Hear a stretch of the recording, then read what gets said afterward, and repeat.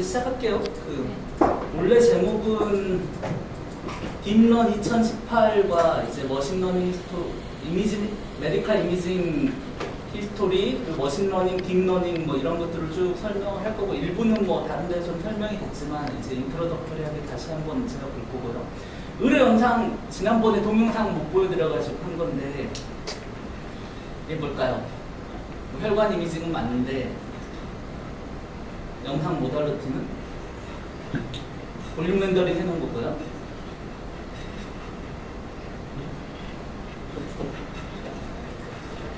뭘 것 같으세요? 둘 중에 하나잖아요. CT 아니면 MR이잖아요. 볼륨 어제 같으니까. 근데 CT면 뼈가 있어야 될 것 같긴 한데 뼈가 없는 거 보니까 뭐 MR 같긴 한데 MR 치고는 또 많이 혈관이 보이죠. 네. 엑스레이 안전 같은데. 엑스레이. 엑스레이에 립을 찍은 다음에 그거 안전한 것 같은데. 그러기에는 이제 스킨이 레벨별로 보이잖아요. 앞에 얼굴, 눈도 좀 보였다가 이렇게. 엑스레이일 수도 있죠, 시야. 어쨌든 의료 영상이 이렇게 처음에 아테리를 쭉 돌았다가 베인으로 쭉 돌아서 나가는 거를 이제 실시간으로 이렇게 볼 수 있는 거고, 턱의 움직임 보면 턱 관절 하시는 분 있을지 모르겠는데 저희 3D 프린팅 팀에서 만들고 있죠. 요게 이제 아래 요게 이제 맨디블의 포사, 하악이라고 턱의 이제 턱 관절 부분이고, 그리고 이게 콘다일이라고 맨디블의 제일 머리 부분이고요. 이게 포사라고 이제 오목한 소켓인데, 여기 이제 근육이, 인대가 이렇게 잡고 큰 근육이 이렇게 잡고 있어요. 기본적으로 사람이 턱을 벌리면 1인치 동안 여기서 이렇게 핀 조인트 비슷하게 이렇게 돌고, 도는데 이제 이 콘다일의 모양과 포사가 인터액션 해가지고 약간 슬라이딩 하면 돌기 때문에 센터가 딱 P는 아니고 J자 쉐입을 그린다고 그래요, 보통. 그러다가 이제 얼마 이상 되면 1인치 이상 턱이 벌어지면 이렇게 슬라이딩 하면서 앞으로 내려와요, 턱 전체가. 근데 이제 이 사람은 이제 수술을 받았죠. 그래서 뼈를 자르고 나서 뼈를 고정하는 이제 플레이트들이 쭉 붙어 있고. 근데 뭐 메타아트팩트 없이 이만큼 나오면 참 놀라운 얘기인데. 어쨌든. 이런 거를 이제 실제로 저희는 이제 도우지나 뭐 이런 문제 때문에 4D를 잘 안 찍는데 뭐 어떤 이유로든 찍은 거고요. 이거에 이제 보면 이제 폐가 이제 숨을 쉬고 있는 거를 이제 4차원으로 찍은 거를 이제 돌려서 보고 있는 건데, 이것도 이제 보통 도우지 문제 때문에 잘 안 찍고, 뭐 생긴 걸 보면 약간 어린애 같고요. 그런데 뭐 예를 들어 진단 영상에서는 엑스레이를 최소한 주고 CT 영상을 찍어야지 윤리적으로도 문제가 없고, 특히 이제 소아로 같은 것부터. 그런데 방사선 종양학과는 엑스레이를 못 줘서 안 다리거든요. 이제 단위도 한 1000배 차이가 나고요. 그러니까 이제 걔들은 이제 얼마나 많이 줄까를 고민하는 거죠. 근데 이제 아무데나 주면 안 되고 이제 잘 줘야 되는데, 그러면 기본적으로 이런 스카웃 이미징을 우리는 뭐 엑스레이로 3D CT 찍을 때 엑스레이로 하는데, 얘들은 기본적으로 4D CT를 찍어가지고 가이딩을 하고 저 호흡 레벨을 맞춰서, 예를 들어 폐에 종양이 있으면 칼로 자르고 들어야 굉장히 어려운 부분에 이제 방사선 치료 같은 걸 할 수 있는데, 문제는 이제 사람이 숨을 안 쉬면 이제 안 되니까 숨을 쉬어야 되고, 방사선 종양 치료는 1시간씩 하거든요. 그러니까 프리브리딩 상태로 숨을 이렇게 하게 하는데, 그러면 애가 이제 종양이 뭐 보면 몇 센치씩 움직이는데 똑같은 데 때리면 바보일 것 같잖아요. 그러니까 종양을 트래킹해서 때리면 제일 좋겠지만 처음에는 이제 그건 잘 안 되고, 종양이 이 위치에 오면 그때만 때리는 거예요. 그러면 이제 나머지 숨 쉬는 시간은 못 때리니까 시간이 3배, 4배 늘어날 거잖아요. 한 30%밖에 못 되는 거죠. 호흡 사이클 주기에서. 그래서 이제 사이버 나이프라고 로봇이 잡고 이제 호흡을 따라서 이렇게 하면서 엑스레이로 저 호흡을 모니터링 하면서 종양 트래킹을 쭉 하면서 하는 장비나, 뭐 이렇게 4D CT를 찍어가지고 플래닝을 해서 하는 장비나, 뭐 이런 걸 해서 이제 CT는 뭐 계속 찍기는 좀 그러니까 뭐 한 번 찍어놓고 그 다음에 이제 호흡 레벨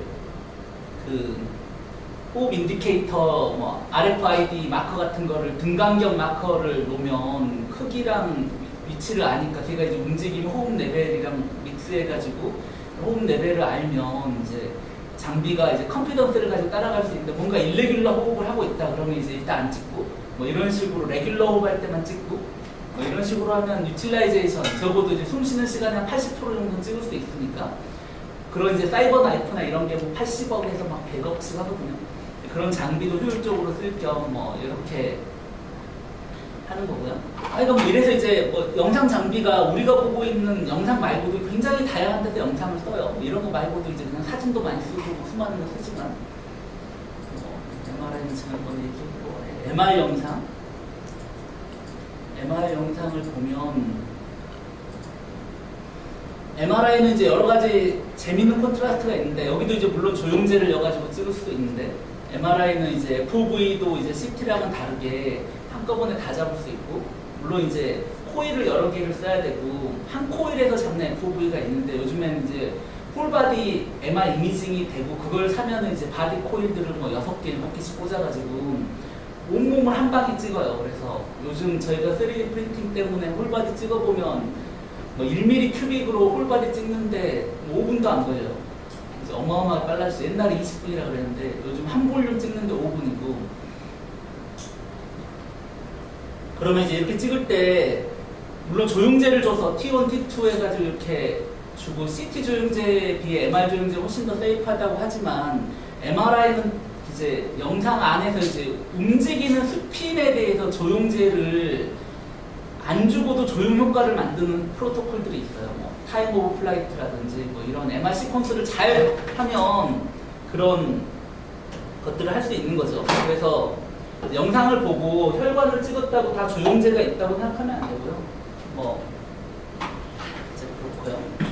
근데 이제 그런 거를 진짜 잘 이용하면 그 이제 페이지 콘트라스트하고 MRI에서 움직이는 스핀의 유동의 방향을 픽셀 바이 픽셀로 찍을 수가 있어요.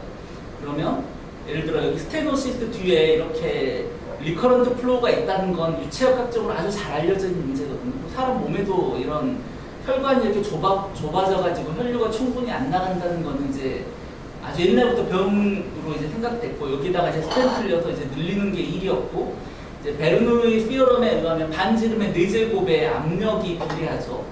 압력이 반비례하죠. 그래서 반지름이 좁아질수록 유동의 압력이 줄어드는데 4제곱으로 줄어드는데 자연계에서 4제곱으로 뭐 관계하는 경우 별로 없죠. 그러니까 조금만 줄어들어도 엄청나게 이제 유동이 잘 안 가는 거죠. 그래서 빨대를 뭐 맥주, 소주에다가 내가 맥주 한 70%, 소주 한 30%에서 직경이 3대 7인 빨대 2개, 바이퍼케이션 빨대를 꽂았다고 빨대가 3대 7로 이렇게 빨려 들어오지 않을까. 4제곱분의 1로 하니까 맥주만 잔뜩 먹게 되는 거죠. 쉽게 얘기해서. 뭐 그렇다는 거고요. 이게 이제 동영상 안 된 것들인데 요게 에이올틱 아치에 있는 에이올타 루트에 있는 이제 밸브예요. 심장 판막 중에 하나인데 보통은 이제 트리커스피드라고 3개 밸브가 있는데 뭐 선천적으로거나 병이 생겨서 나이가 들면 이제 요즘 점점 오래 살기 때문에 밸브가 뭐 칼시피케이션이나 여러가 돼서 밸브가 이렇게 말랑말랑하게 펼쳐져야 되는데 딱딱해지면 잘 안 펼쳐지거나 밸브끼리 붙거나 뭐 아놀드 슈왈츠제네거가 바이커스피드 밸브라는데 그렇게 되면 유동이 하면서 이렇게 직진으로 나가야 되는데 유동이 판막 3개 중에 2개가 붙으면 한쪽만 열리기 때문에 시작할 때부터 어떤 벽을 치게 되고 벽을 치면은 그것 때문에 이제 생겨서 이렇게 헬리칼 플로우가 생기고 이것 때문에 어센딩 에이올타가 딜라테이션 늘어나게 되고요. 디센딩보다. 나중에 이제 심각하면 여기 다 잘라가지고 심장 전체를 혈관 전체를 이제 바꾸는 시술을 뭐 하죠. 막 10시간씩 걸려서 했는데 요즘 많이 빨라졌다고 하지만 근데 이제 굉장히 드라마틱하게 헬리칼 플로우가 생기죠. 근데 이게 이제 이걸 옛날에도 알고 있었어요. 근데 이제 클락와이즈로 생기는 사람, 카운트 클락와이즈로 생기는 사람 이런 현상은 있었는데 이제 왜 그렇게 생겼는지 잘 몰랐는데 바이커 스피드가 이제 판막이 어떤 게 어떻게 붙냐에 따라서 어느 쪽 벽을 먼저 치냐가 결정될 거잖아요.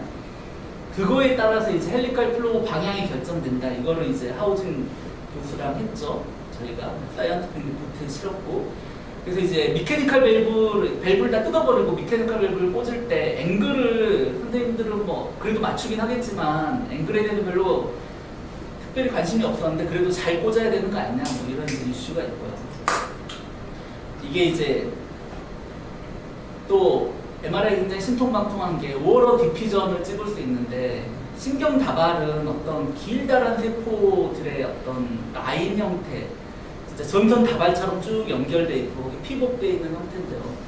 거기에 이제 오러 디퓨전을 찍으면 디퓨전이 동그란 셀이면 이제 아이소트로피 어느 방향으로든 다 같이 갈 건데 길쭉한 셀이면 한쪽 방향만 많이 디퓨전이 생기는 거죠. 이제 뭐 이런 것들을 잘 렌더링하면 이제 사람의 이게 척추 이제 신경부터 시작해서 뭐 브레인의 이제 되뇌 이제 그레이 메타에서 대부분 디시전하고 화이트 메타는 트랙을 해서 이제 연결을 시켜주는 일종의 신경 다발들인데 거기서 그런 것들에 이제 그걸 통해서 척추를 통해서 사람 몸으로 내려가는 이런 신경 다발을 아주 아름답게 그릴 수 있고 이런 거에서 생기는 병 다양한 신경적인 병들을 이제 우리가 아나토믹 레벨에서 볼 수 있게 됐고요. 이제 MRI가 이제 굉장히 신통방통하고 앞으로도 계속 새로운 시퀀스가 나올 포텐셜이 있고요. 이거 말고도 요즘에는 뭐 케미칼도 보고 뭐 세스트라고 뭐 그런 것도 보고 뭐 메타볼라이트, MR 스펙트로스코피 뭐 이런 것도 보고 뭐 그런데 이제 그것도 이제 완전 하세월에 엄청나게 많은 MR 연구들이 같이 되고 있고요. 실제로는 임상에서는 이제 아주 짧은 시간에 환자가 안 움직이는 상황에서 찍어야 되기 때문에 기본적으로 짧은 시퀀스들 그리고 아까 빨리 찍는 시퀀스들이 굉장히 중요하고 뭐 그래서 이제 그런 패스트 이미징 시퀀스 말고는 이제 잘 쓰기 어렵고 나머지는 다 연구 목적으로 쓸 가능성이 많고요. 어쨌든 뭐 앞부분은 쭉 저희가 봤고요. 그래서 이것도 동영상이 이거는 예, 보면 이런 뉴런이 사람 몸에 사람 브레인에 한 1000억 개 정도 있다고 그러고요. 이 뉴런과 뉴런이 연결하는 이 시냅스가 뭐 100쪽이 좀 있다고 그러고요. 숫자는 왔다 갔다 하더라고요. 어디 보는 데서. 근데 요 다리 있잖아요. 뉴런의 요 다리가 여기 굉장히 작게 그랬지만 1000개쯤 된대요. 대부분 뉴런들이. 그러니까 한 뉴런이 다른 뉴런으로 연결하는 게 1000개쯤 돼야 100쪽이 되겠죠. 1000억 개에서 1000개쯤 붙어야. 그러니까 생각보다 훨씬 더 복잡한 구조라는 거죠. 뉴런이. 우리는 심플리파이드해서 이렇게 그려놓고 애니메이션도 마찬가지지만 뭐 그렇고. 하여튼 커넥셔니즘의 기본은 이제 사람 뇌는 뭐 백프로파게이션 하느냐 뭐 이런 거 가지고 요즘 뭐 논란이 많던데 페이스북에서 그 바이올로지컬하게는 이렇게 생각해. 이게 파블로프라고 개 실험한 사람 있잖아요.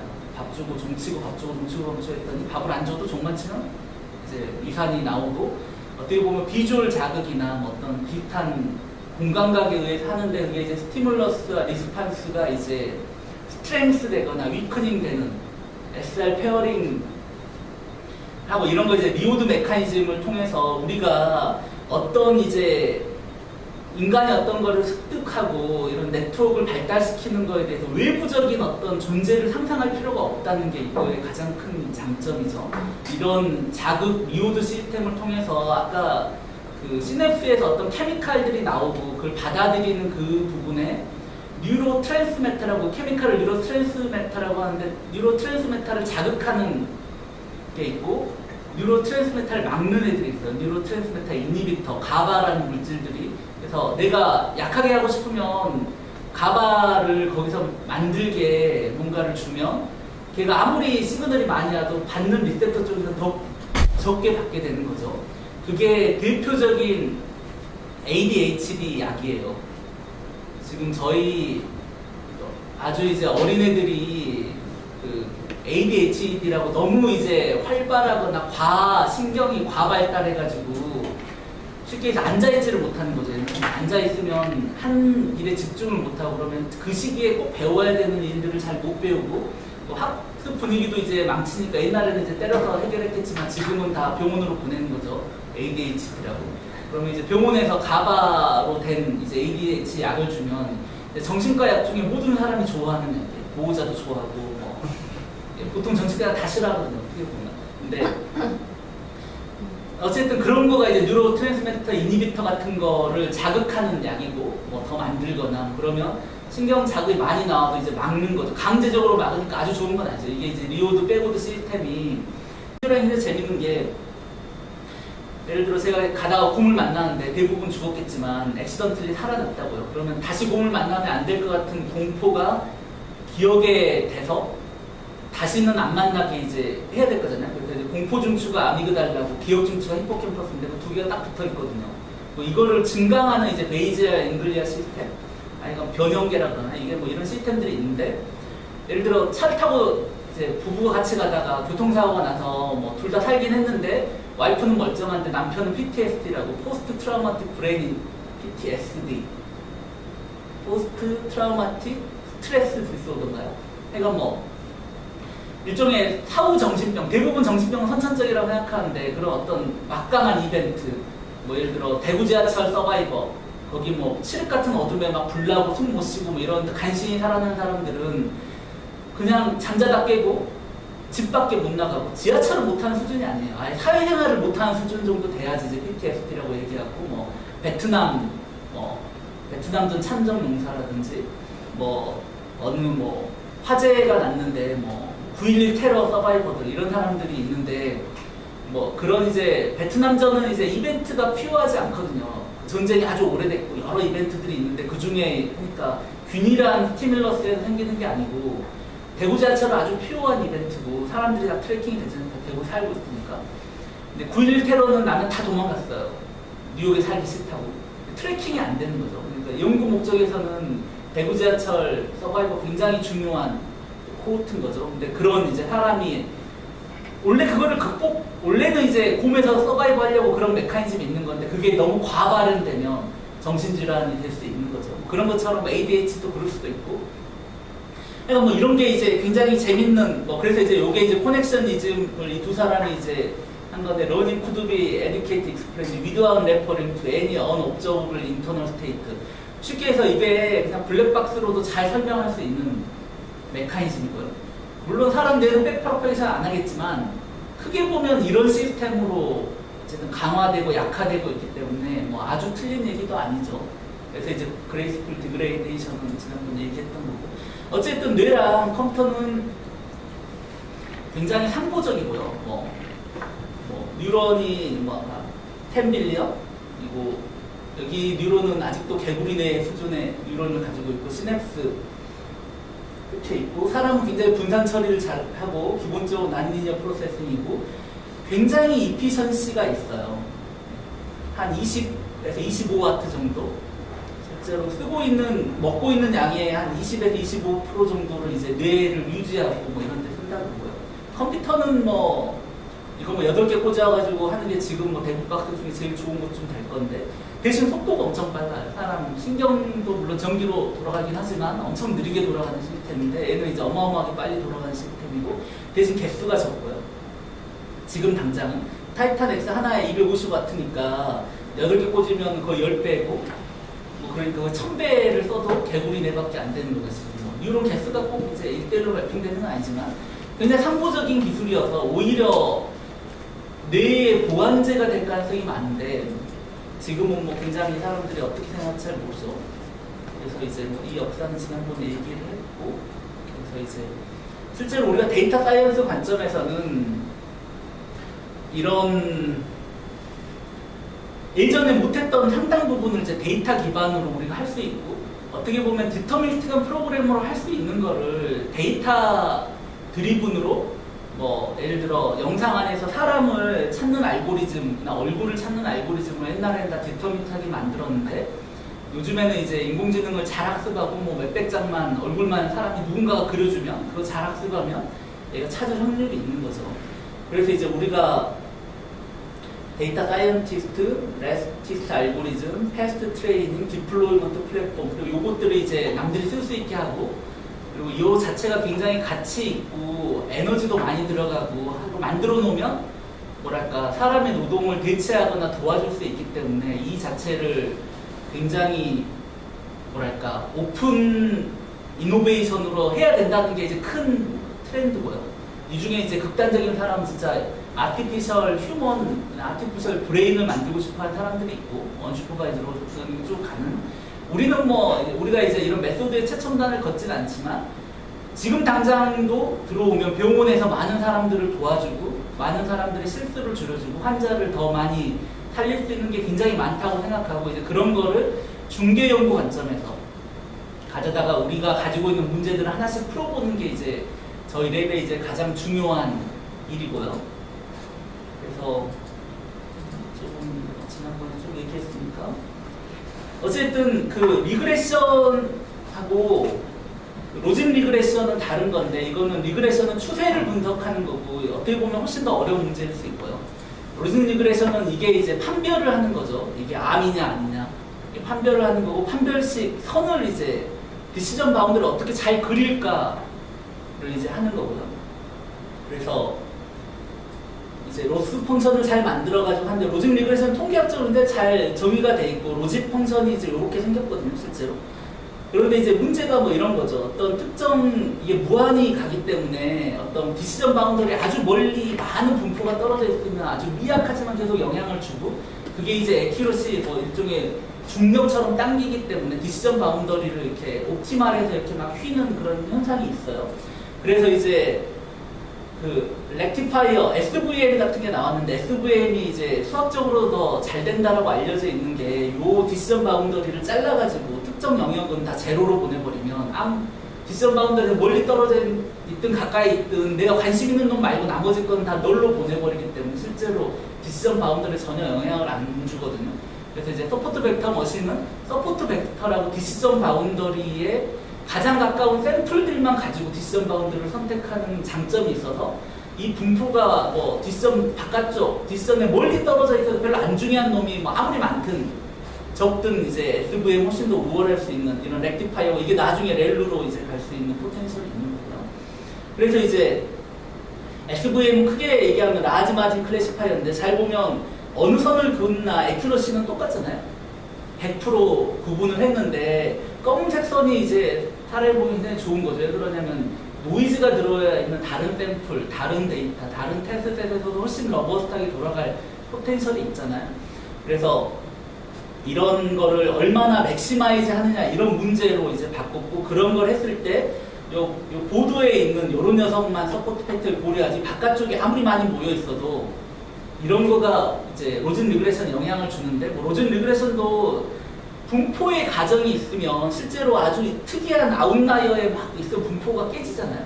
그런 가정이 아니죠. 분포는 분포에 따라서 배포를 해야 되니까. 그러면 옵티말일 수 있는데 SVM은 이제 그런 가정이 약화되어 있는 거죠. 그래서 꼭 분포를 안 따라도 이렇게 하면 프랙티컬이 잘 동작한다. 뭐 이런 컨셉에 있는 거 머신러닝과 이제 통계학적인 판별 분석의 차이는 이제 그런 거예요.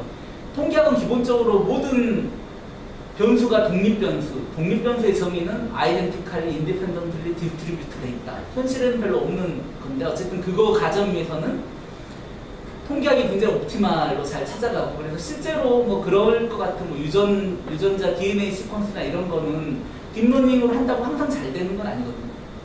문제의 특성에 따라서 이제 그런 게 있고 SVM은 이거 말고도 이제 하이 레벨로 이제 커널을 굽해가지고 차원을 이제 2차원이 아니라 뭐 10차원, 100차원 뭐 이렇게 올려버려가지고 높은 차원에서 자르면 훨씬 안 잘리는 낮은 차원에서 안 잘리는 걸 더 잘 자를 수 있는 뭐 그런 것도 같이 있고 아웃라이어 디텍터라고 뭐 예를 들어 이 X가 이 반대쪽 X에 있으면 이게 영향을 줄 거잖아요. 어쨌든 서포트 벡터라고 생각할 수 있으니까 그런 아웃라이어 디텍터를 붙여서 이런 애들을 찾아가다가 날려버리고 뭐 이런 것들이 들어가서 어찌됐든 이제 아티피셜 뉴럴넷 다음에 SVM이 굉장히 이제 각광을 받았다가 이제 랜덤 포레스트 뭐 이런 거 SVM은 그래도 이제 스틸 여러 가지 문제가 있어요. 뭐 피처도 잘 뽑아야 되고 피처 실렉션도 잘해야 되고 근데 이제 랜덤 포레스트나 뭐 이런 뭐 트리를 막 묶어가지고 하는 이런 시스템으로 넘어가고 있는 중에 이제 딥러닝이 나온 거죠. 딥러닝은 어찌됐든 데이터가 어느 수준 이상 많아지면 이제 딥러닝이 굉장히 잘할 수 있는 포텐셜이 있고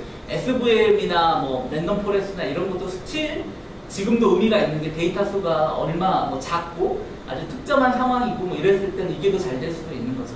저희 입장에서는 뭐 딥러닝이 잘 돼서 모든 걸 딥러닝을 써야 되는 건 아니고요. 그래서 이제 근데 이제 그 전에 이제 뉴럴넷이 나왔는데 뉴럴넷은 이제 사람을 미미킹 하는 거고요.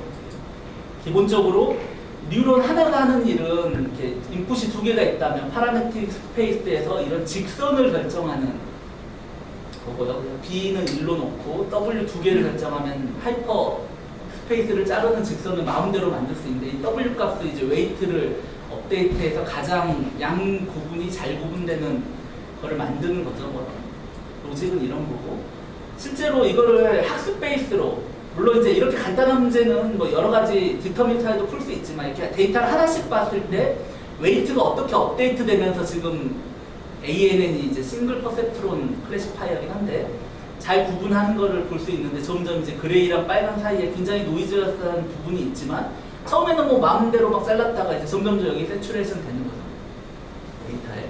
어쨌든 이거의 이터러티브 기반이고 근데 이제 데이터 분포에 따라 굉장히 복잡하지만 잘못하면은 초기에 아주 이상한 데서 그어가지고 여기 아무리 많은 못 튀어나올 수도 있죠. 여기 따로 그 옵티멈의 이슈가 있는 거니까.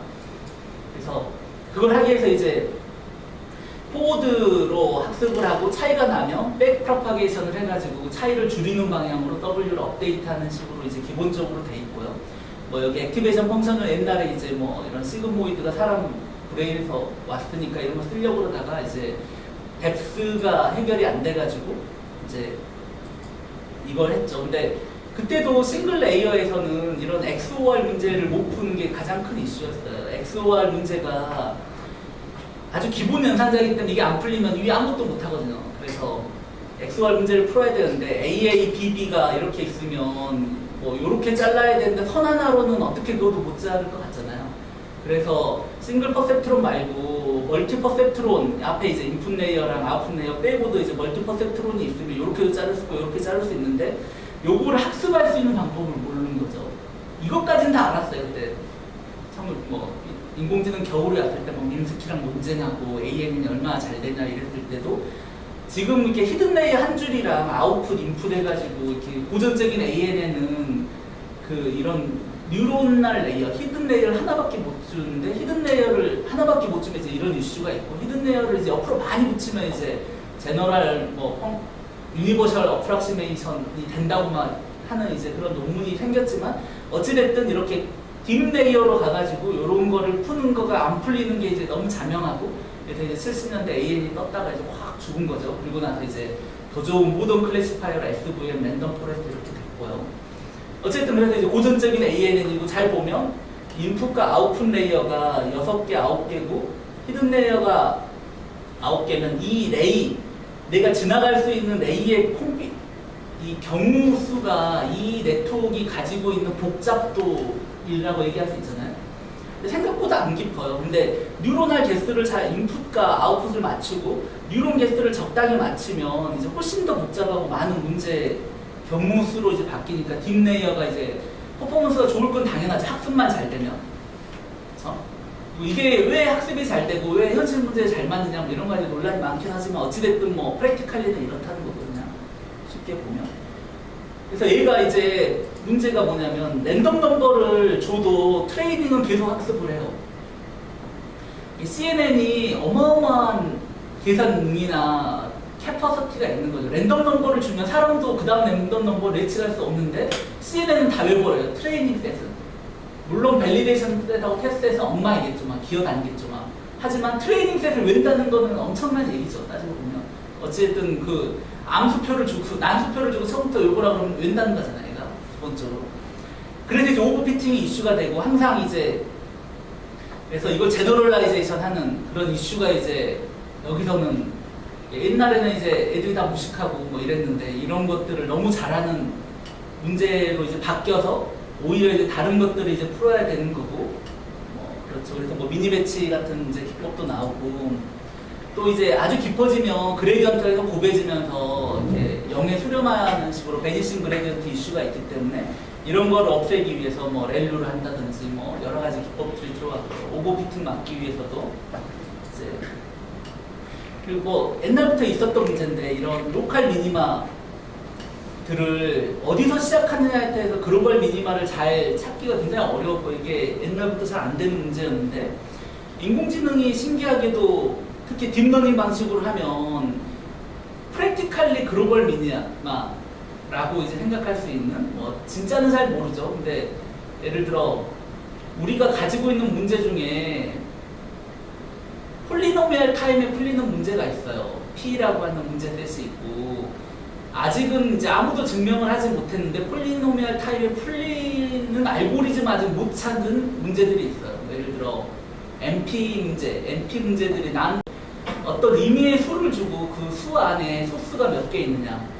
지금은 그 안에 소수가 몇 개 있는지를 디터미니스트하게 알고리즘하게 이피션트하게 찾는 알고리즘이 없어요. 폴리노미얼 타임에. 지금 방법은 일일이 하나씩 꺼내서 소수 계산을 해봐야 돼요. 소인수 분해를 해서 소수로만 소인수 되는지. 이런 게 이제 NP 문제고, 이것도 이제 NP 컴플리트가 있고 NP 하드가 있는데, 어쨌든 이런 문제들 간의 파워는 복잡도는 똑같다는 증명이 있어요. 한 문제만 풀면 모든 문제가 풀려요. 이게 풀리면 이제 우리가 이제 기반하고 있는 암호학이라든지 이런 것도 딱 풀리는 건데, 어쨌든 이게 잘 안 풀리니까, 뭐 예를 들어 RSA 알고리즘 어떤 거대한 숫자의 소수를 찾기가 어렵다는, 아까 그게 어떻게 되는지 거대한 숫자는 소인수분해는 그 자리까지 해봐야 되잖아요. 이제 그게 진짜 소수로만 곱해졌는데 곱할 때는 쉽게 아니죠. 소수를 찾아서 곱하면 되니까. 근데 어떤 거대한 숫자가 어떤 소수로 나누어져야 되는지는 다 해봐야 되는 거죠. 그래서 이제 그 반대쪽으로는 엄청 어려운 문제이기 때문에 뭐 그런 걸 기반으로 이제 암호학을 만드는 건데, 어쨌든 뭐 그런 게 이런 로컬 미니마를 찾는 어떤 알고리즘, 그러면 이제 저희가 NP 컴플리트 문제는 대부분 휴리스틱하게, 이터러티브하게 푸는데 디터미니스트하게 한 방에 글로벌로 가는 방법이 없기 때문에, 보통 이제 이런 문제가 있으면 익스플리시트한 식이 있으면 미분에서 제로를 찾고, 제로 점이 몇 개 있으면 그 점에 y값 찾아가 제일 낮은 놈이 글로벌 미니마일 거잖아요. 근데 이제 뭐 미분에서 제로를 찾기도 어렵고, 뭐 그렇다고 전체 영역을 다 그리드하게 서치해보는 것도 그렇게 간단한 문제가 아니고, 그래서 이제 시작점을 주고 가장 뭐 스티프스트하게 떨어지는 놈을 갔는데, 이렇게 가면 여기로 올라가고 어느 방향으로 가다 위로 올라가니까 여기가 끝이거든요. 그 뒤에 다시 떨어질 보장이 없잖아요. 어디까지 올라가야 될지. 그래서 이제 이니셜에 엄청 센서티브하고 글로벌 미니머를 잘 찾기 어려워서 뭐 시드를 랜덤하게 막 준다든지, 뭐 지네틱 알고리즘으로 시드를 준다든지, 뭐 수많은 알고리즘을 개선해 보려고 했는데, 어찌됐든 딥러닝에서는 굉장히 재밌게 이거를 데이터를 그냥 주고 인공지능 뉴런 백프로퍼게이션으로 로컬리만 학습을 시켜도 어찌됐든 글로벌에 수렴하고, 더 재밌는 건 뭐 데이터 샘플을 다 때려여도 글로벌을 못 찾는데, 얘는 조금만 때려있는 뭐 미니 배치라든지 뭐 이런 식으로 데이터 샘플에 뭐 아주 일부만 넣어서 찾아면 오히려 더 글로벌을 잘 찾는다라는 그런 임프레션이 있는 거죠. 뭐 썰이 많아요. 데이터를 일부만 주면 이런 로컬한 피처들이 줄어들어서 파라메트릭 스페이스가 이렇게 글로벌하게 바뀐다는 사람도 있고요. 뭐 아니면 이런 로컬 피처들이 결국 한 자리로 모인다는 뭐 이런 사람들도 있고. 어쨌든 뭐 수학적으로는 좀 더 해봐야 되는 건데, 이것도 이제 뭐 수학가이들이 엄청나게 하고 있고, ICML이나 이런 데 가면 이런 패션들이 쫙 있어요. 왜 이게 글로벌 옵티멈을 잘 찾고 프랙티컬 문제를 잘 작동하는지. 어쨌든 뭐 그렇고, 뭐 렐루 뭐 아까 얘기했는데 댄싱 렐루. 어쨌든 뭐 렉티리니어가 바이올로지까지 플러스 더블, 이것도 굉장히 재밌는 얘기인데, 사람 뇌에는 시각 자극을 주면 비주얼 코텍스를 우리가 모델링한 게 CNN이잖아요. 비주얼 코텍스의 뉴런이 한 10% 정도 파이어한대요. 그렇게 따지면 우리가 네트워크를 만들고 나서 드랍아웃을 80% 정도 해요. 그럼 20%만 액티베이션 할 거잖아요. 그리고 렐루가 반을 날려버리잖아요. 그러면 내가 뉴런 네트워크 안에 노드를 뭐 몇백 개, 몇백만 개쯤 만들어놔도 기본적으로 10%밖에 노드가 작동하지 않는 거죠. 어떻게 보면 이제 뭐 사람이랑 좀 비슷할 수 있죠. 이제 이게 또 히포캠퍼스로 가면 1%밖에 파이하지 않는다 그래요. 히포캠퍼스는 CNN 비주얼 코텍스랑 다른 메커니즘으로 하고 있는 거죠. 우리는 이제 아주 피상적인 것밖에 모르니까 아직도 이제 그렇지만, 그래서 이제 스파스 액티베이션을 하고 50%만 이제 하게 하는 거고, 계산하기 훨씬 쉽겠죠. 직선이니까. 그리고 이피션트하고 뭐 스케일 인베리언트하고 뭐 다 좋은데, 어쨌든 이게 되면서 예전에 이제 안 풀렸던 많은 뭐 한 레이어 말고 두 레이어, 세 레이어, 네 레이어 뭐 이런 애들이 이제 풀리기 시작하고요. 또 이제 배치 노멀라이제이션 되면서 아주 깊은 레이어로 가고, 뭐 그리고 이제 뭐 리지듀얼 펑션으로 가면서 뭐 100레이어, 200레이어 이렇게 막 넘어가면서 웨이트들이 쭉 됐죠. 다 아는 얘기니까 넘어가고요. 그리고 이제 컨볼루션 앤 풀링. 컨볼루션 필터가 이제 사람 눈도 이렇게 눈에서 비주얼 코텍스로 넘어가는 것도 이제 심플 셀에서 컴플렉스 셀이 샌드위치 모양으로 캐스케이딩 한다라는 거는 이제 노벨상 받은 뭐 1959년에 누가 제안했다고 그랬잖아요. 그게 이제 이렇게 세트로 이렇게 되니까 실제로 레이어가 히든 레이어가 4개, 풀리 커넥티드 레이어가 하나에가 되는 5개고 인풋, 아웃풋 이렇게 있는 네트워크잖아요. 근데 요 컨볼루션이 그냥 이렇게 풀리 커넥티드 레이어로 하면 여기서 웨이트가 이 라인이 생길 수 있는 콤비네이션이 엄청나게 많아져요. 근데 CNN은 커널을 공유하는 거죠. 특정 커널을 공유하기 때문에 그 커널 개수만큼 줄일 수 있기 때문에 이 앞부분의 문제들은 레이어가 깊지만 실제로 찾아야 될 웨이트는 드라마틱하게 줄고요. 풀리 커넥티드 레이어가 뭐 단위가 2배, 3배 다를 만큼 많은 웨이트를 학습시켜야 되는 식으로 네트워크가 이제 구성되고, 뭐 풀리 커넥티드 레이어를 뭐 업되자 이런 얘기도 있는데, 어쨌든 뭐 문제에 따라서. 근데 이제 풀리 커넥티드 레이어 이전에 이제 CNN 레이어에서 이렇게 컨볼루션 커널이 이렇게 생성되고, 이 커널이 백프로파게이션에서 자동으로 이 문제를 가장 잘 할 수 있는 커널로 얘가 학습이 되면서 이 커널이 원래 영상에서 곱해져가지고 이제 다음 영상을 만드는데, 이 커널을 보면 4-4면 대각선으로 선을 찾는 커널이거든요. 이런 것들이 이제 굉장히 잘 알려져 있어요. 그리고 요거를 이렇게 만든 다음 맥스 풀링 하면 이제 거기서 제일 세일리언트한 피처를 뽑을 거고, 그러면 이제 어느 쪽에서 올지 잘 모르니까 트랜슬레이션이나 인베리언트는 이제 기본적으로 맥스 풀링이 하는 건데, 이 맥스 풀링 자체를 CNN으로 구현할 수 있어요. 컨볼루션으로. 그래서 컨볼루션을 요즘 2개를 싸면 이것도 이제 학습이 되게 만들 수 있기 때문에, 뭐 스트라이드를 2개씩 주는 3x3 CNN 커널을 주면 그것도 맥스 풀링과 비슷하게 옵티마이즈된 학습을 하면서도 데이터 사이즈도 줄이고 뭐 그럴 수 있는 거죠. 그래서 이제 컨볼루션 커널을 사람이 손으로 만들면 이런 거예요. 아이덴티컬 커널을 하면 원래 영상을 그대로 복사하는 녀석이고요. -1, -1, 1 하면 더해서 빵이 되는 거는 엣지 필터거든요. 더해서 1이 되는 거는 어쨌든 히스토그램의 총량을 보존하는 필터죠. 그리고 더해서 1보다 커지면 거기서 고발수록 이게 커질 거잖아요. 영상의 사이나 인텐시티가. 그러면 흰색으로 다 이제 가는 놈일 거고, 뭐 더해서 빵이 되면은 엣지 성분 말고 나머지는 다 검은색으로 가야지 되겠죠. 엣지가 없는 이제 텍스처가 밋밋한 성분들은 가장 쉬운 거 이제 에버리지 필터죠. 9분의 1로 하면 영상이 이제 9픽셀이 1픽셀로 에버리징 돼서 이렇게 쭉 찍히는 건데, 잘 보면 공간 해상능을 손상시켜요. 9픽셀이 1픽셀로 에버리징 되기 때문에 내가 뭐 0.1mm짜리 아이덴티컬 픽셀을 가져다가 이제 블러 필터를 하면 적어도 뭐 0.3mm짜리 픽셀 레벨로 공간 해상능이 떨어지는데, 장점도 있어요. 장점은 노이즈가 루트 9분의 1로 떨어져요. 시그널이 9개가 에버리징 되기 때문에 랜덤 노이즈가 항상 들어있을 수 있는데, 한 픽셀당 그 시그널이 어찌됐든 9번 우리가 보고 그걸 에버리징 한 거기 때문에 공간능은 해상되지만 SNR은 좋아지는. 근데 뭐 루트 n분의 1로 9번 보면 루트 9분의 1로 좋아지니까 아주 많이 좋아지는 건 아니죠. SNR이 뭐 9배 좋아지면 제일 좋겠죠. 공간능은 뭐 3x3이니까 X축으로 3배, Y축으로 3배니까 9배 손상됐지만, 어쨌든 SNR은 루트 9분의 1만큼 좋아지니까, 어쨌든 그러니까 루트 9만큼 좋아지는 거죠. 크게 보면. 가우시안 블러는 이제 이거 너무 무식하니까 가운데에다 웨이트 더 주고 가우시안 커널처럼 블러 해보겠다. 다 더하면 1이에요. 그리고 점도 우아한. 근데 이제 커널 사이즈가 커지면 또 다른 문제가 생겨요. 공간 해상능이 더 깨지는 거죠. 커널 사이즈는 이제 CNN도 처음에 뭐 3x3, 5x5 뭐 여러 가지 했지만 결국 3x3을 깊게 하는 게 더 낫겠다. 뭐 이런 게 이제 결론이고. 원샷 필터 뭐 보면 마이너스가 붙었죠. 원샷은 샤프닝 필터예요. 기본적으로 엣지만 강화하지 말고 원래 영상에다가 엣지 강화 성분을 더하면 영상이 선명해지는 거죠. 그런 식으로 이제 만들어 놓은 필터고요. 그래서 잘 보면은 이제 더하기 1과 제로 필터 2개가 더해져 있는 거고요.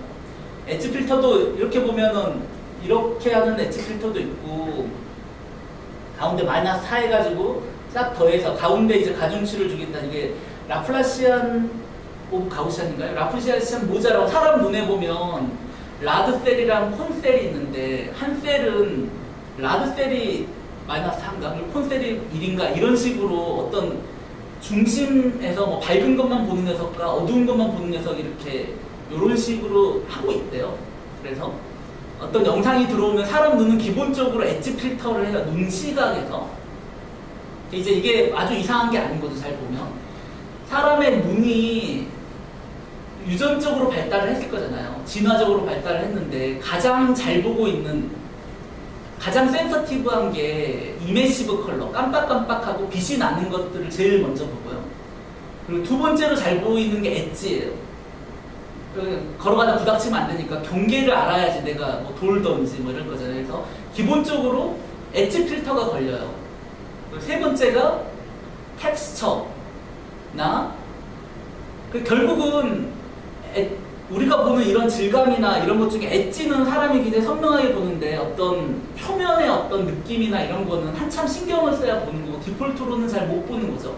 사람 눈이 이제 그렇게 생물학적으로 만들어져 있다는데 실제로 이제 이런 것들이 이제 라드 셀의 분포나 콘 셀의 분포가 이제 그렇다고 뭐 인지과학 책을 읽어보면 나오더라고요. 어쨌든 뭐 그렇고요. 그래서 이제 뭐 이런 이그젬플을 하면 다 더해서 0이니까 엣지 필터잖아요. 근데 특정 부분만 있고 반대쪽은 없으니까 뭔가 이제 왼쪽 위만 엣지가 그려지고 오른쪽 아래는 엣지는 안 보겠다 뭐 이런 커널 같은 게 되고요. 뭐 이거 잘해보면 뭐 굉장히 복잡한 필터들이 나오는데 이거를 인공지능이 이 데이터를 구분하는 최적의 필터를 스스로 학습해가지고 만드는 식으로 하는 거죠. 그러면 이제 인공지능 입장에서는 굉장히 다양한 필터, 이 안에 이제 커널 뱅크라고 인공지능이 학습한 필터들이 이렇게 하면 이거 보면 왼쪽 이만 잘 보는 필터가 학습된 거고요. 이거는 뭐 위쪽만 보는 필터고 뭔가 이게 조금 다르잖아요.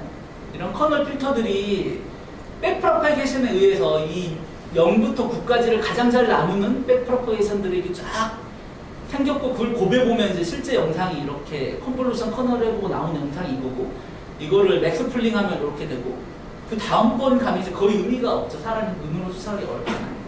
그 다음에 가면 이제 도미넌트 피처만 남는 거고 요거를 소프트맥스 했더니 6을 해서 요걸 쫙 곱해보면 6이 가장 높은 값을 가지게 학습이 되는 거예요.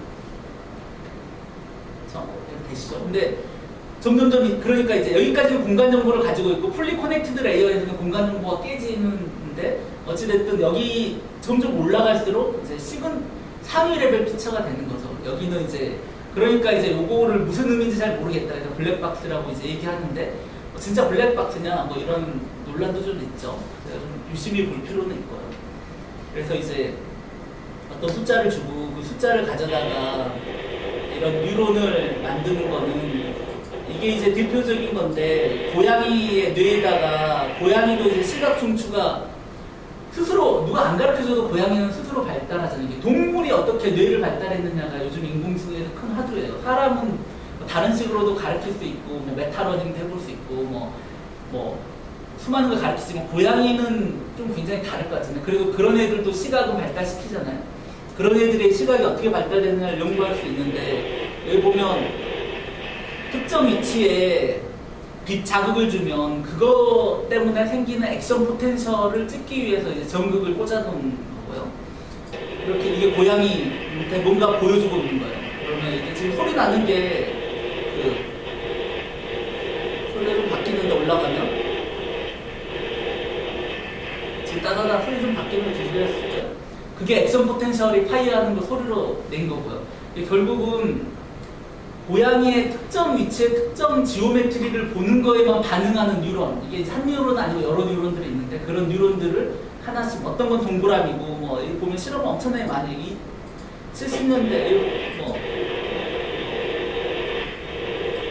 70년대 사이언스 얘기가 났을 거예요. 이거 해가지고 그래서 어쨌든 사람의 이제 CNN의 메커니즘을 이제 밝히고 요게 이제 이런 것들이 이제 다 모여서 메타포가 돼서 결국 우리가 생각하는 이제 CNN 같은 게 된 거고 잘 보면 우리도 데이터만 주면 인공지능이 백프로파게이션에서 이런 요거는 이제 베이시안 웨이트로 만든 거라 이제 우리는 인공지능에서는 뭐 이런 걸 만들기 그냥 어렵잖아요. 근데 베이시안 웨이트도 뭐 대단한 게 어쨌든 뭐 0만 잔뜩 주면 내가 데이터를 가지고 이런 웨이트를 줘서 여기에다가 뭐 2를 갖다 쓰면 0, 어떤 0, 사람이 쓰는 웬만한 0은 이 소프트맥스로 이 판에다 곱해보면 0이 가장 높은 값이 나오게 이제 데이터 파라미터가 설정되어 있는데 손으로 만들 수는 없잖아요.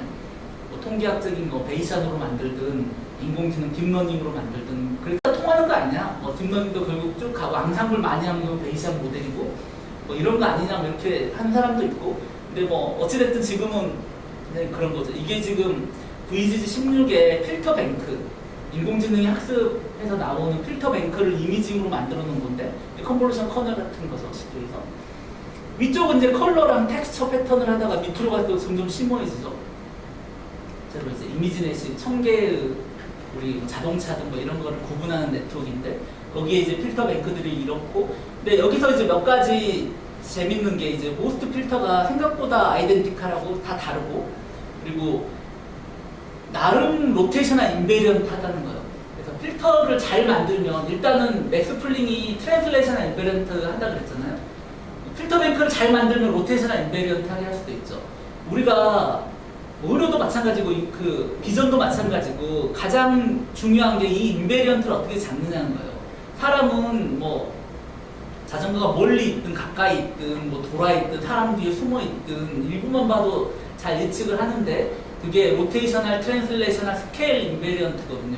이거를 사람만큼 해주면 쓸데가 굉장히 많겠죠. 근데 아직도 이제 CNN이 굉장히 잘한다고 쳐도 아직도 이제 트랜슬레이셔널 인베리언트는 아까 맥스 플링 때문에 이니어런트리 좀 된다고 하지만 그것도 더 증가해 볼 수도 있겠고 근데 필터 뱅크를 잘해서 필터가 90도씩 시프트해서 어느 쪽으로 곱해줘도 상관이 없으면 영상이 반대로 들어와도 상관없겠죠. 그래서 저희가 보통 의료 영상은 잘 안 쓰죠. 90도 돌린 영상이 들어오지 않거든요, 기본적으로. 근데 그냥 컴퓨터 비전 같은 경우는 90도 영상은 형이 생길 수도 있을 것 같잖아요. 그러니까 오그먼테이션에 일단 90도를 집어넣으면 그냥 넣었을 때 호리젠탈, 버티칼을 똑같은 영상을 넣으면 커널, 어쨌든 얘가 학습하면서 그거에 러버스트한 필터 뱅크를 만들고 그게 이제 로테이셔널 인베리언트를 이제 구현할 수 있을 거다. 이런 거를 이제 어떻게 아까 했잖아요. A의 계산 능은 무한하고 캐퍼시티는 무한한데 뺀질하게 쉽게 수렴하는 쪽으로 갈 수밖에 없어요. 이터러티브 알고리즘 자체는 백프로파게이션도 그렇고 A를 아주 불편하게 어렵게 만들어서 우리가 원하는 트랜슬레이셔널, 로테이셔널, 스케일의 인베리언트를 학습시켜서 할수록 더 좋은 클래시파이어고 더 가치가 있는 놈이고 뭐 그런 거죠. 그래서 이제 의료에서도 이제 그런 걸 해야 되고 그렇다는 거죠. RNN은 뭐 그래서 어찌됐든 이게 뭐 쉬프트 가지고 막 센쇼를 해서 26% 정도 틀렸던 거를 알렉스가 이제 컨볼루션 레이어 5개랑 풀리 코넥터를 3개에서 알렉스넷을 만들었죠. 실제로 이게 두 쌍이잖아요. 그러니까 10레이어에서 13레이어 레이어에다 드랍아웃하고 렐루를 집어여서 이 두 개를 해서 그 전에 이제 ANN에서 막 지저분하고 뭐 딥레이어를 학습을 못 시켰던 이런 문제를 그래픽카드 2개 꽂아가지고 뭐 며칠 돌려가지고 이미지넷 컨테스트에서 10몇 프로를 줄였죠. 10% 정도를 줄였고 그 다음에 뭐 드랍아웃 렐루 뭐 이런 걸 했다는 거고요. 그래서 이제 알렉스넷인데 실제로 알렉스넷의 정보량을 따져보면 VGG넷이나 레즈넷보다는 훨씬 잘 학습이 안 됐다고 얘기를 해요. 그래서 알렉스넷이 이제 쓸 일은 없는 거죠. VGG넷이나 뭐 쓸 거면 이제 레즈넷을 써야 되는 거고요. 그리고 나서 이제 그 다음에 뭐가 하나씩 되는 거죠. 뭐 베리언트 오브 알렉스넷도 하고 뭐 회사들도 만들어지고 뭐 그러면서 VGG넷이 나오면서 이제 옥스퍼드 컴퓨터 그룹이 이제 이거를 통으로 하면서 또 이제 액큐러시가 확 떨어졌고 레이어가 점점 깊어지죠. 구글넷이 생기면서 24레이어 그리고 리주지얼 네트워크가 되면서 100레이어가 넘어가고 뭐 렐루도 위키렐루로 가면서 위키렐루 잘 안 되면 위키렐루 써보라고 하고 뭐 배치 노멀라이션 되면서 또 올라가고 결국 이제 뎁스가 이제 올라갈수록 액큐러시가 샥 떨어지고 있는 거고요. 그게 보면 이제 어디까지 깊게 해야 되느냐. 근데 지금 사람 그러니까 뭐 이 정도면 이제 리저너블하고 더 올라가긴 훨씬 어려워서 이제 그리고 이제 이 다음부터 올리는 거는 이제 메소드보다는 암상수를 많이 합니다.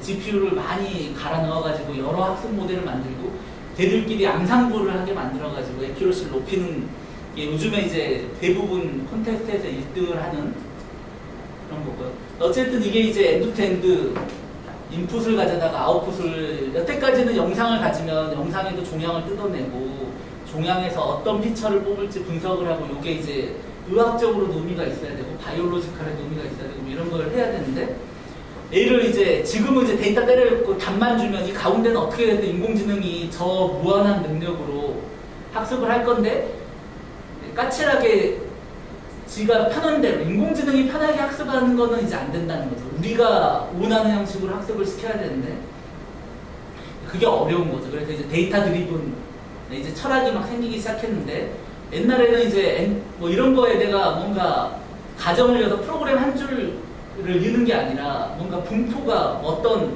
임밸런스 데이터 때문에 애가 뭐 A, B를 나눠야 되는데 A로만 맞추고 B는 다 틀리는 뭐 이런 거면 뭔가 B 데이터가 적게 들어갔거나 A로만 학습이 됐거나 그러면 A를 빼고 B를 더 읽거나 아니면 A를 베리에이션을 뭐 노이즈를 친다든지 A의 시그널을 약하게 하고 B 시그널을 강하게 하고 이런 데이터 디버깅을 해야 되고 그 데이터 디버깅도 상당 부분 랜덤리스로 만들어야 되는 거죠. 우리가 뭔가 오그먼테이션을 할 때 특정 룰을 가지고 막 만들면 아무래도 그 룰에 있는 바이어스가 또 들어가게 되고 그 바이어스를 인공지능이 학습하게 되니까 별로 안 좋겠죠. 그래서 웬만하면 분포를 고려하되 뭐 카운터 분포, 데이터 디버깅을 하는 다른 데이터셋을 만들 때 인공지능이 랜덤도 외운다니까 뭐 그런 애들을 이제 잘 이제 정신을 차리게 이제 데이터를 만들어야 되고요. 그래서 이제 프로그램이 시프트 돼서 패러다임이 시프트 돼서 데이터랑 골드 스탠다드가 있으면 딥러닝이 프로그램을 만들어주는데 자동 프로그램이 만들어지는 세상이 됐고 이 프로그램이 사람이 만든 것보다 잘할 가능성이나 뭐 로봇할 가능성이 있고 잘만 학습이 된다면 이제 우리가 이제 그런 시대가 된 거죠. 그래서 저는 이제 고전적으로 20년간 이제 이런 거, 전 초등학교 4학년 때부터 프로그램을 했으니까 티피칼리 이제 이런 스타일이고 실제로 의사 데이터와 의사의 골드 스탠다드와 수많은 난리지를 가져다가 내가 가지고 있는 데이터셋에서 의사의 난리지를 최대한 프로그래밍으로 디터미트하게 구현을 했는데 한 줄 한 줄마다 보면 어마어마한 가정이 있는 거거든요. 뭐 크기 덴서티는 얼마 이상해야 되고 크기는 어때야 되고 내가 본 종양은 다 이렇게 생겼는데 근데 내가 안 본 종양이 분명히 있을 거잖아요. 내가 평생 뭐 폐 종양을 보고 있는 것도 아니고 의사가 준 100케이스 종양 모양만 보고 내가 이제 그런 알고리즘을 짰는데 한 줄 짤 때마다 발레가 막 몇백 개씩 나오겠죠. 나는 모르지만. 그래서 막상 이제 다른 병원에 돌려보면 안 되면 if 안에 이제 문장이 길어지는 거죠. 이랬을 땐 이렇고 뭐 그런데 뭐 이렇지 않으면 이렇고 뭐 if문이 계속 길어지는 거죠. 그러면 이제 완전히 나중에는 헬로 가는 거예요. 그냥 쉽게 해서 컨트롤도 안 되고 내가 짠 코드인데 내가 보기 싫어하고 왜 짰는지 잘 모르겠고 근데 데이터 드리븐은 어떻게 보면 이제 그런 문제를 해결해 줄 수 있어요. 물론 이제 여기서도 프로그램이 많이 필요하고 엄청나게 많이 필요하고 오히려 더 유리하다고 생각하고 이것도 이제 세츄레이션 되면 다시 이제 기존의 모델 베이스의 이런 문제들하고 하이브리드해서 에크루시를 더 올리거나 뭐 이럴 수도 있겠죠. 지금 당장은 이제 뭐 이런 상황이고요. 더 열심해요. 그래서 이제 태스크는 저희가 이제 하는 건 주로 이미지니까 이미지가 이게 무슨 이미지냐, 의자냐, 의자가 어디 있느냐, 영상 안에 뭐가 있느냐, 영상의 의자의 크기라든지 바운더리는 어떻게 생겼느냐 이런 것들을 이제 저희가 딥러닝을 가지고 할 거고 그러기 위해서 그 이제 뭐 파이썬이라든지 이제 코드 레벨을 약간 볼 거고요. 오늘은 여기까지 하겠습니다. 질문 있으시나요? 없습니다. 여기까지.